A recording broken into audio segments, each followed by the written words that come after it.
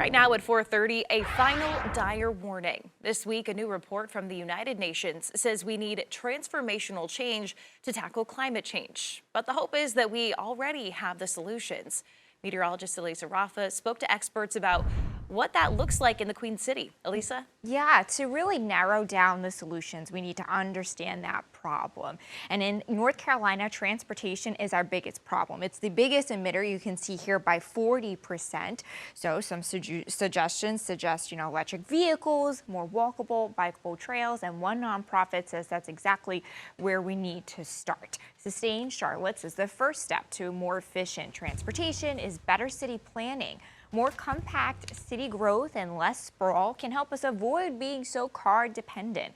It will make public transit trips shorter and easier, and it can also create a more walkable and bikeable cityscape. Shannon Binns is the executive director. He calls the climate report sobering, but he's optimistic about these solutions. Think about, are there ways that you can reduce your trips taken by car? Can you combine trips, vehicle trips? Can you carpool? Can you work from home? Can you try walking or biking to something that's maybe only a couple of miles from home that you haven't tried before? So even though we need to make a major investment and a transformative investment in our transportation system to be more sustainable, there are things that we can do today.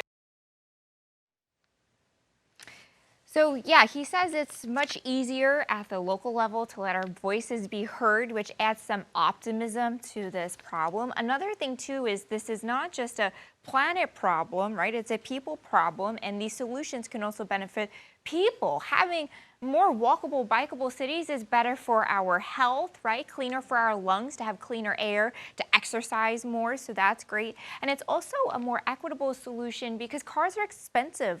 A lot of low-income communities and families maybe can't afford a car, so this can also help our pockets as well. And again, it can be a more equitable and inclusive solution to the city to have public transit just function better, where people can get around better and not be so car dependent, because then maybe, hey, you don't have to have that expense on the car. So that can also be great. But yeah, while the report was kind of stern and, like you said, sobering at times, it is very hopeful that there are these solutions that are doable that you can do, like you mentioned, even right now, just figuring out how to carpool and how to get from point A to point B. That might be a different way, and it could be a cleaner way, not just for the planet, but for our lungs as well. Annie? Yeah, Elisa, definitely some creative ideas and solutions there. Thank you.